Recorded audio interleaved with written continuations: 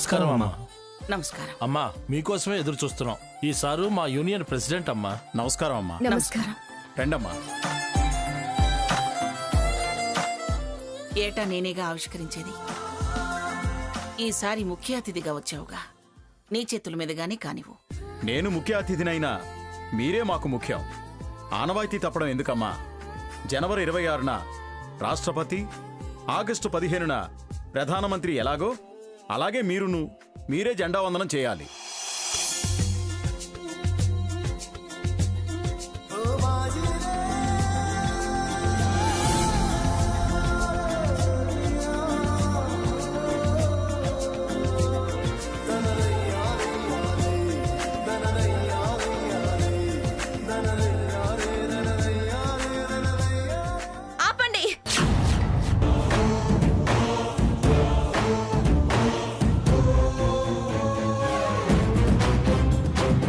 ఏయ్, ఎవరమ్మా నువ్వు? జెండా ఆవిష్కరణ ఆపమంటున్నావు? అలా ఆపమనడం ఎంత తప్పో నీకు తెలుసా? అసలు నువ్వెవరు నన్ను ఆ మాట అడగడానికి? నా పర్మిషన్ లేకుండా నా కంపెనీకి వచ్చి నన్నెవరని అడుగుతున్నావు? మా స్టేట్ లీడర్ మేడం. ఎవరు పిలిచారు ఇతన్ని? మా నాయకుడిని మేమే పిలిచాం. ఎవరివిడా? పెద్దమ్మ గారి మనవరాలు. పెద్దమ్మ గారి మనవరాలా? మనవరాలు కాదు, మట్టిగడ్డ కాదు. అహంకారి, దురహంకారి, మాయలాడి, మోసగత్తె. ఏమ్మా, జాతీయ పండగైన జెండా వందనం జరిగే దగ్గరికి ఇలాగైనా రావడం?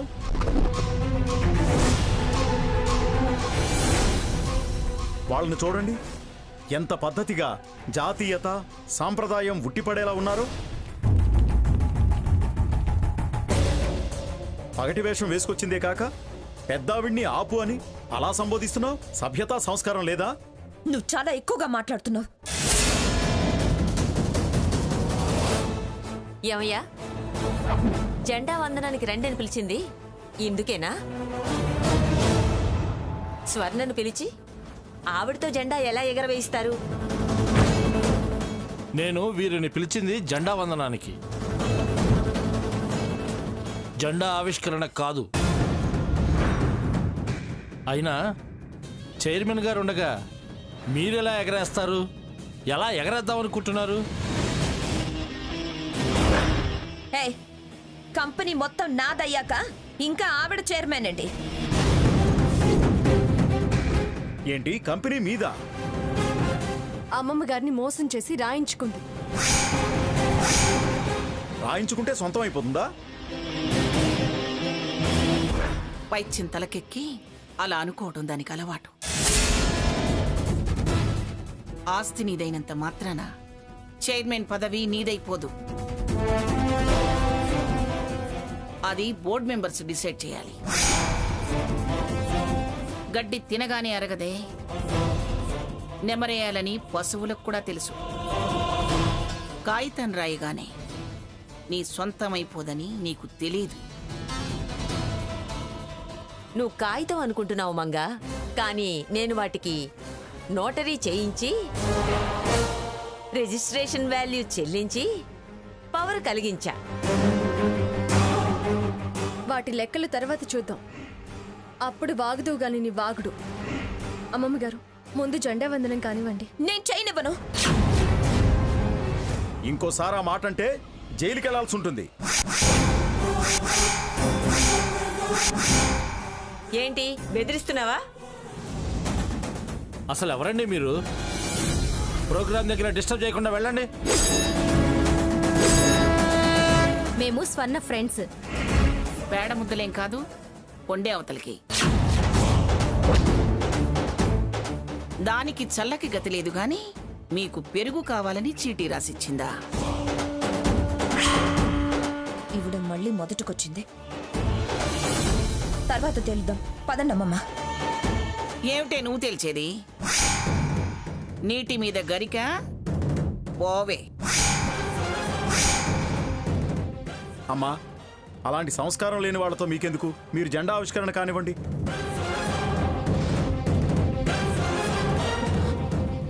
సీత, ఇదంతా నీ పథకం కదా, చెప్తా నీ పని. పదండమ్మమ్మ.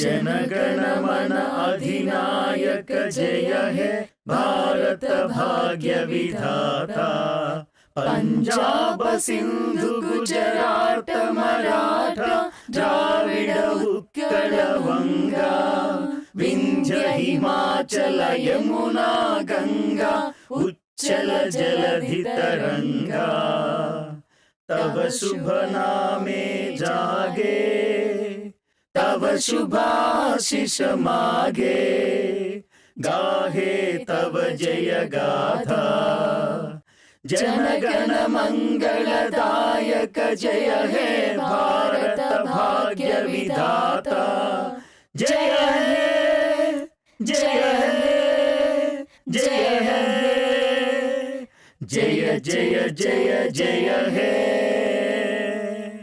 जय हिंद।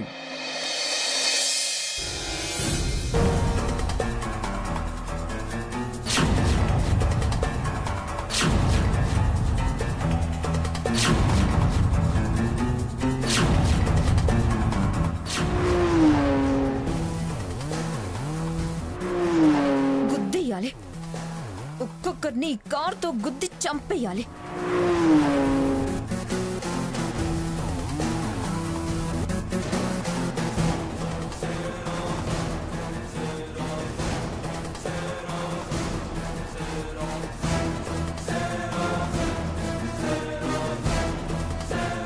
కోపంతో రగిలిపోతుంది నాకు.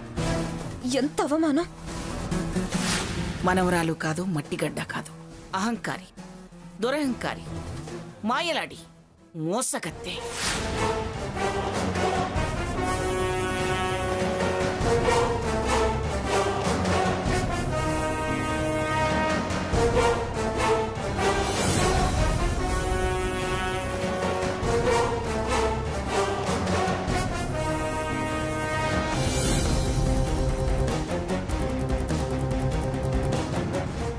భారతీయత అంటే 30 మూరల చీరలో ముసలమ్మలా పడుండడమా?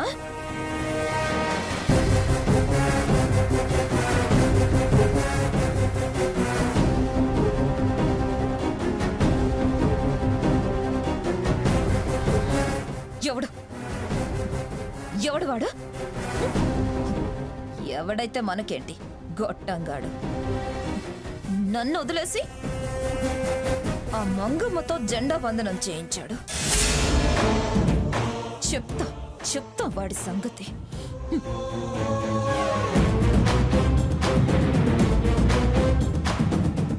పిఠాపురం స్వర్ణలత దేవి, నీకున్న పరువుకు లెక్కకు మిగిలేది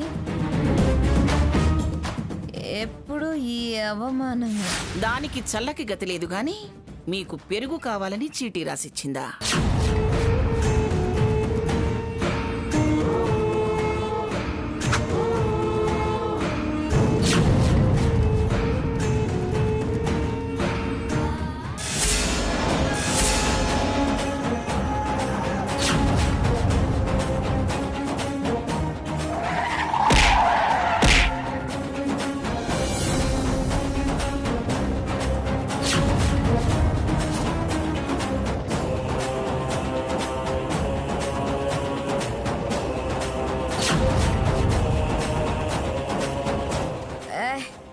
ఎవడ్రా నువ్వు?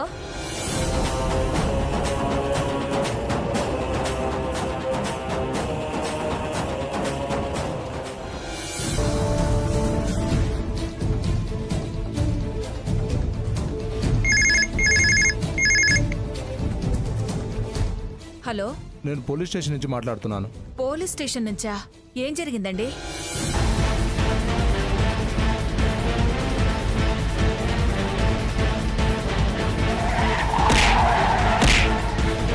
అవునా, నాకెందుకు ఫోన్ చేశారు? ఒక అతనికి కాలు విరిగింది, కండిషన్ చాలా సీరియస్. అయితే నాకెందుకు ఫోన్ చేస్తున్నారు? మీ నెంబర్కి హోమ్ అని ఫీడ్ చేసి ఉందండి. చేసుంటే మాత్రం నాకెందుకు చెప్తున్నారు? హస్బెండ్ అని మీ నెంబర్ ఫీడ్ చేసిందండి. అది నా భార్య కాదు, నేను దాని భర్తని కాను. కాదు కాదు కాదు, నేను దాని తల్లిని కాదు. అసలు ఆ పేరుగల కూతురు నాకు లేనే లేదు. నా రెండో కూతురు చచ్చిపోయింది. అసలు మీరు నాకు ఫోన్ చేయడం ఏంటి? ఆమెకు నాకు ఎటువంటి సంబంధము లేదు. అదేంటి సార్, ఐడెంటిటీ కార్డు మీద, డ్రైవింగ్ లైసెన్స్ మీద మీ పేరే ఉందిగా? ఆ సాకేత్ వేరు, నేను వేరు. అసలు నాకు పరిచయమే లేదు. మేము కేసు రాసి కోర్టులో హాజరుపరిచి జైల్లో వేయాల్సి ఉంటుంది. మీరు ఏమన్నా చేయండి, ఏ శిక్ష అయినా పడనివ్వండి, మాకేం నష్టం లేదు. ఎవరో ముక్కు మొహం తెలియని దాని గురించి మేము అలా చేస్తాం ఇలా చేస్తామని చెప్పాల్సిన అవసరం లేదు. ఉరి శిక్ష పడ్డా మేమేం బాధపడం. చూడండి, తప్పు చేసిన వాళ్ళందరూ తప్పించుకోవడానికి ఎవరో ఒకరి పేరు చెప్తారు.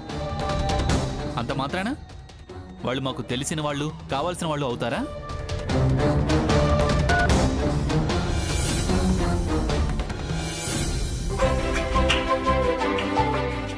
ఏం రామచంద్రయ్య, స్కూల్లో జెండా వందనం బాగా జరిగిందా? బాగా జరిగింది మామయ్య గారు.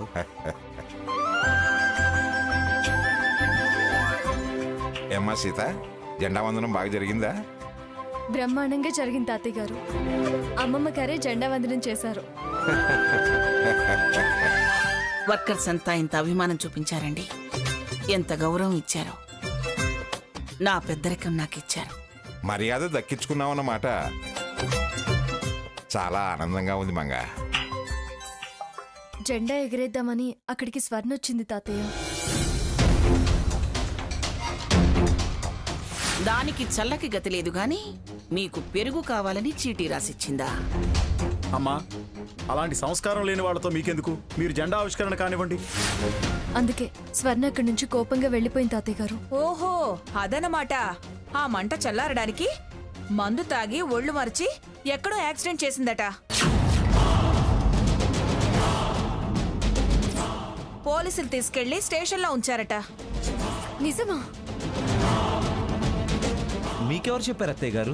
స్టేషన్ నుంచి ఇప్పుడే కానిస్టేబుల్ ఫోన్ చేశారు. నాకు ఫోన్ చేశారు. మీరేగా వారి హస్బెండ్, ఓసారి స్టేషన్కి రండి అన్నారు. మంచి పని చేశారు. దాన్ని పోలీస్ దెబ్బలే దారిలో పెట్టాలి. వంకర బుద్ధి సరిచేయాలి. అలా అంటే వింటమ్మా. ఎవరం పట్టించుకోకపోతే అది ఇంకా ఇంకా చెడిపోతుంది. అది చెడితే మనకేంటే? దాని చావ చావని. సావిత్రి, అయ్యో, ఏంటమ్మా అంత మాట అంటున్నావేంటి? ఎవరు ఎంత కాదనుకున్నా అది పిఠాపురం వారి కోడలు. అది చెడిపోతే ఆ వంశానికి చెడ్డ పేరు వస్తుంది. చెడ్డ పేరు తెచ్చే వాళ్ళ గురించి అలా మాట్లాడుతావు ఎందుకు సీత? ఇప్పటి వరకు అది మాత్రమే చెడిపోయింది. ఇప్పుడు దాన్ని వదిలేస్తే మనం అందరం చెడ్డవాళ్ళం అవుతాం. అంటే విడిపించడానికి నువ్వు వెళ్తావా? వెళ్ళాలి కదా. అది నా చెల్లెలు, పైగా తోడికోడలు. వదినా, ఇదే ఈ మంచితనమే మంచిది కాదు. అది ఇప్పుడు ఒంటరిదయింది. మనం కాస్త ధైర్యం కలిగిస్తేనైనా మారుతుందేమో. ఆ భాగీరథి దాని స్నేహితులు ఉన్నారుగా, సలహాలిచ్చేవాళ్ళు సహాయం చేయరా? ప్లీజ్ అమ్మమ్మ గారు. సీత, నువ్వు వెళ్ళడం నాకు ఇష్టం లేదు.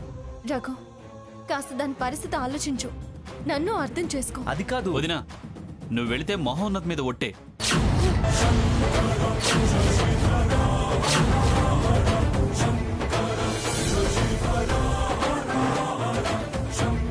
లక్ష్మి, వాడిని తీసుకురా.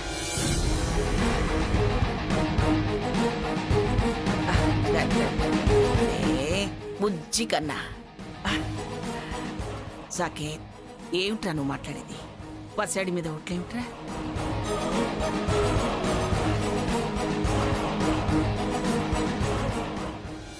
నా ఫోన్ ఇవ్వండి. మీ వాళ్ళు ఎవ్వరు కూడా మీకు వారికి సంబంధం లేదంటున్నారు. ఎవరు వచ్చి ఏ పూచికత్తు మీద మిమ్మల్ని విడిపించుకుపోయేటట్టు లేరు. ఎఫ్ఐఆర్ రాసి కేసు ఫైల్ చేయమంటారా? మా వాళ్ళంటే? మీ అమ్మగారు, మీ వారు. వాళ్ళు నా వాళ్ళని వాళ్ళకి ఫోన్ చేయమని నేను చెప్పానా? మీరు మత్తులో ఉన్నారు. మీ మొబైల్ సెర్చ్ చేసి మా వాళ్ళు ఆ నంబర్లకి ఫోన్ చేశారు. నేనేం నా వాళ్ళెవరో కాని వాళ్ళెవరో చెప్పలేనంత మత్తులో లేను.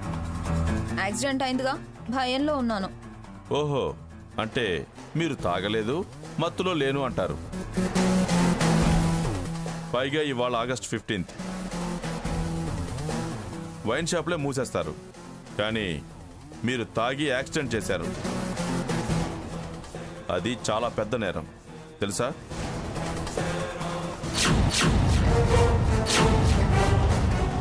కేసు బుక్ చేస్తే బెయిల్ కూడా దొరకదు. ఎవరు? వారు తాగి కారు నడిపి యాక్సిడెంట్ చేశారన్నది ఎవరు? బెయిల్ రాదని మీరెలా చెప్పగలరు? మీరెవరు? I'm Sriram, advocate. శ్రీమతి పిఠాపురం స్వర్ణలతాదేవి గారు నా క్లయింట్. వారిని పూచీకత్తు మీద విడిపించుకెళ్దామని వచ్చాను. కుదరదు. కూర్చొని మాట్లాడుకుంటే కుదరని సమస్య, పరిష్కారం లేని ప్రాబ్లము ఏదీ ఉండదు. అంటే చూడండి, వారు తాగొచ్చు, కానీ తాగి కారు నడపడం మీరు చూసారా? చూడకపోతే కారు నడపనట? మీరు చూసినప్పుడు వారు ఎక్కడున్నారు? కింద పడున్నారు. అది డ్రైవర్ కారు గుద్దేసి దిగి పారిపోతుంటే వారి కోసం వీరు దిగారు. మీరు వీరే కారు నడిపారని తీసుకొచ్చారు. ఏంటి, కేసు రివర్స్ చేయాలని చూస్తున్నారా? యాక్సిడెంట్ జరిగిన విధానం గురించి చెప్తున్నాను. మీరు స్పాట్లో చూసారా? లాయర్లు చూడక్కర్లేదు, చూసినట్టుగా వాదించగలం. విచిత్రంగా మాట్లాడుతున్నారు. లాయర్స్ కది చాలా అవసరం, లేకపోతే చిత్రాలు చేయలేం. తిమ్మిని బొమ్మిని, బొమ్మిని తిమ్మిని చేయలేం. నేను వివరంగా మీకు జరిగింది, జరగాల్సింది, జరగబోయేది కాస్త బ్రీఫ్గా చెప్తాను. ఏంటి మీరు నాకు బ్రీఫ్గా చెప్పేది? కాస్త లాజిక్ ఉపయోగిస్తే ప్రతిదానికి ఒక సొల్యూషన్ ఉంటుంది. అదేంటంటే,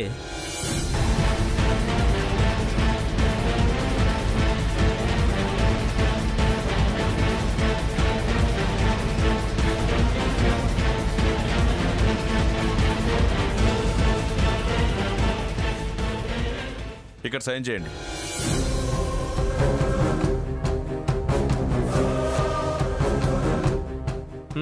పదండి స్వర్ణ గారు, పదండి. మేడం, మీరు చాలా గ్రేట్ అండి. దేనికి? స్వేచ్ఛ స్వాతంత్రం కోరుకునే మీలాంటి ఆడవాళ్ళు చాలా అరుదు కనుక. నాకు మీలాంటి వాళ్ళంటే చాలా అభిమానం, గౌరవం, ప్రేమ. మీరెంత స్వేచ్ఛా కాముకులో అర్థమైంది. ఎలా? నిషేధం ఉన్న స్వాతంత్ర దినోత్సవం రోజునే మీ ఇష్టానికి మద్యం తాగడం వల్ల. ఇంత చిన్న వయసులో పెద్ద సామ్రాజ్యానికి అధిపతి అవడం అంటే మీరెంత పట్టుదల, కృషి ఉన్నవాళ్ళో నాకు అర్థమవుతుంది. మీ గురించి భాగీరథి గారు చాలా గొప్పగా చెప్పారు. అది విన్నప్పుడు మీ మీద నాకు ప్రత్యేక అభిమానం ఏర్పడింది. మిమ్మల్ని చూశాక అది బలపడింది. మీరేమనుకోనంటే ఒక చిన్న కాంప్లిమెంట్. ఏంటది? మీరు చాలా చాలా అందంగా ఉంటారు. పదండి వెళ్దాం. ఎక్కండి మేడం.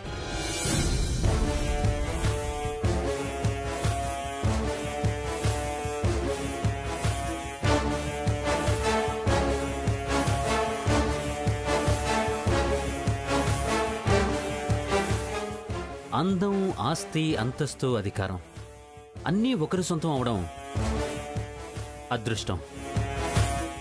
మీలాంటి వాళ్ళు కోటికి ఒక్కరుండడం కూడా కష్టమే. మీరింత స్వేచ్ఛగా బతకడం కొంతమందికి గిట్టదు, కంటగింపుగా ఉంటుంది.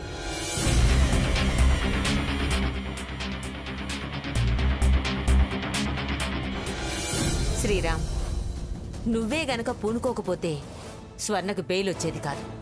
అవును శ్రీరామ్ గారు, ఆగస్ట్ 15న తాగి పడిపోవడం అంటే మాటలా?